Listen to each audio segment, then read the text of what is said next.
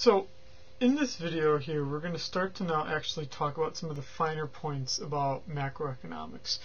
And actually, this is part of the course. The final third of the course is actually where we start to talk about things that you've probably seen in the news much more often. And in fact, in this first chapter that we're going to be talking about, money, banks, and the Federal Reserve, we're obviously talking about topics that are at least particularly important today, but also, again, things that you will have seen in the popular press. So, with that said, as we start in chapter 25, one of the first kind of questions that one has to think about then is like, what is money itself? Well, even something simple like money, economists tend to complicate it and define it in a particular way. In the case of money, we define it as fulfilling basically three conditions. That money is something that stores value, money is something that serves as a medium of exchange, and money is something that is a unit of account. So what do those terms mean? As a medium of exchange, basically what we're saying is that money is an item that is acceptable in the exchange relationship. As a store of value, we're saying that it holds value over time. And that as a unit of account, we say that it's a common way in which the value of something is measured. So, given those conditions, the dollar bill, a US dollar, is clearly a form of money. Right, it stores its value over time. Right, that the dollar could have been printed 5 years ago, and yes, it loses some value in terms of purchasing power because of inflation, but it stores some value over time. It's a medium of exchange. Right, things that we buy, things that we sell, we accept money in exchange for that good or service. And as a unit of account, when you go to purchase something or when you go to sell something, you list it in terms of US dollars, right? And when we talk about what it is that gives the dollar value in the United States, or why it is that we use it, it actually becomes a bit more complicated, because it's not a currency that's backed by anything intrinsically valuable. Dollars are not backed by gold or silver or really anything except the fact that the government basically says that it is to be the currency of the United States.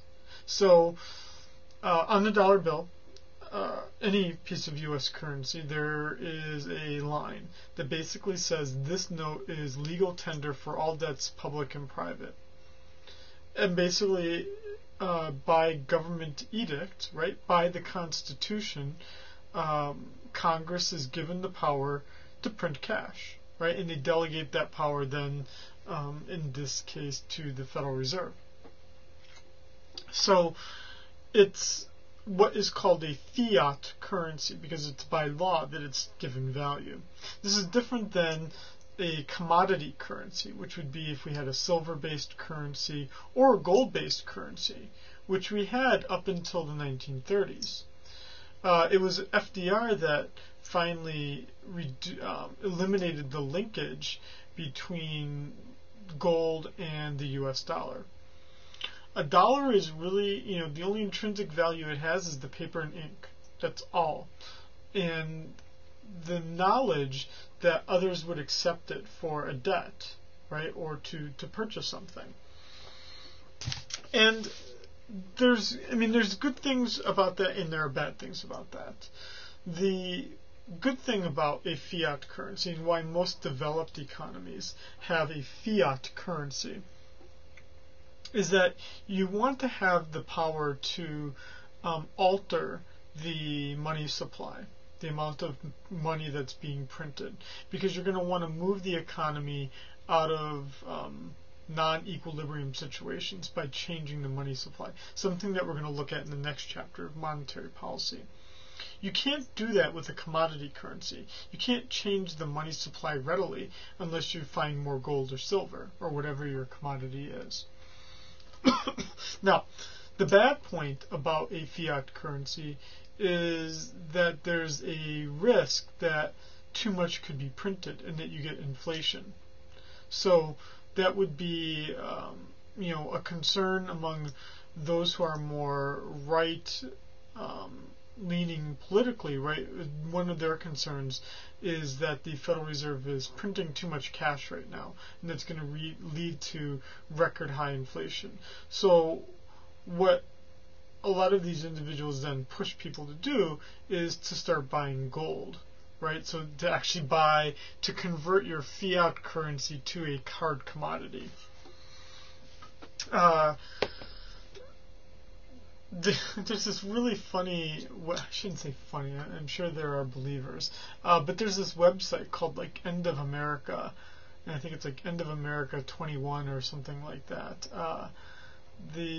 Apparently if you go on this website, this guy sells like investments to stop people from using the dollar and instead buy gold. But I mean, if you watch TV long enough, especially more conspiracy type individuals, they'll push you to buy gold, I guess, rather than trust the US dollar.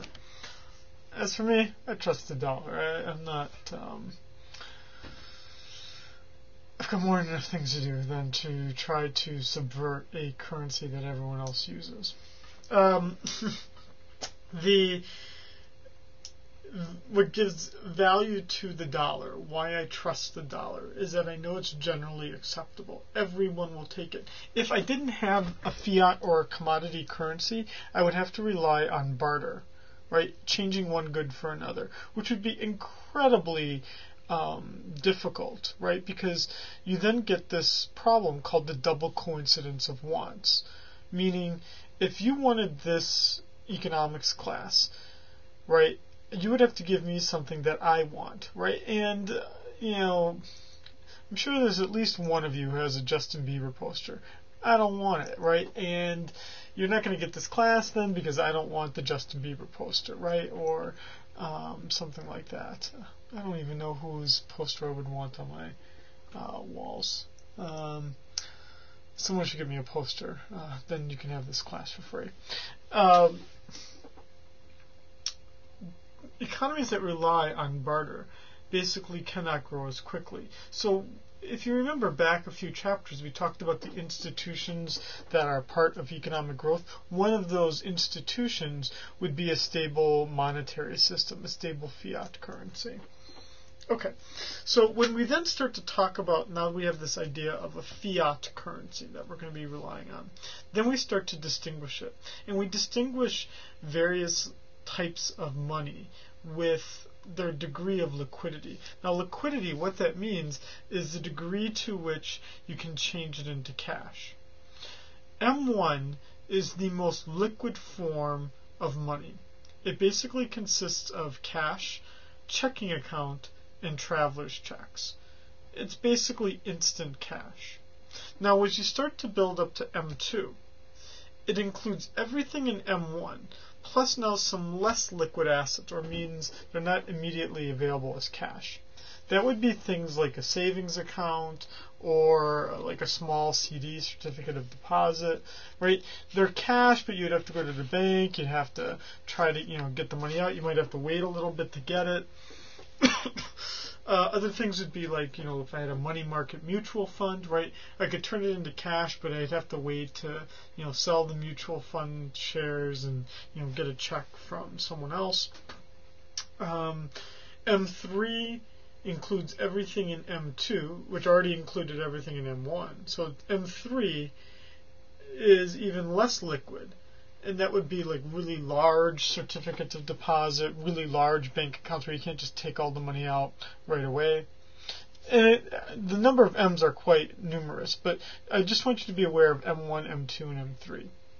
Now you'll notice that in this description, I have not said that, I have not talked about credit cards at all. In fact, credit cards are not money at all. Okay, this is just a brief introduction to money. I'm going to pick it up with a second part to this video.